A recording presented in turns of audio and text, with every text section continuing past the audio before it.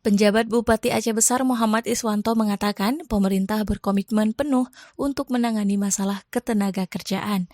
Hal itu dilakukan untuk mengatasi bertambahnya persentase tingkat pengangguran di Aceh Besar. Pemkab Aceh Besar melalui Dinas Tenaga Kerja dan Transmigrasi Aceh Besar menggelar pelatihan kejuruan pengelasan dan pelatihan kejuruan menjahit dasar. Kegiatan tersebut berlangsung selama 30 hari. Diharapkan nantinya tenaga kerja yang telah memiliki keahlian dapat bekerja secara mandiri dan menciptakan lapangan kerja, sehingga secara langsung akan mengurangi angka pengangguran di Kabupaten Aceh Besar. Kata Iswanto usai membuka kegiatan tersebut di Kota Janto Jumat 9 September 2022.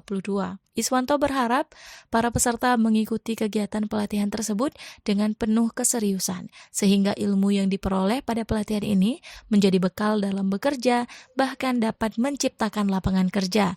Iswanto menambahkan, kegiatan yang memiliki daya saing bagi peningkatan kualitas SDM itu merupakan salah satu langkah maju dalam rangka meningkatkan dan mengembangkan kompetensi kerja, produktivitas, disiplin, sikap, serta etos kerja.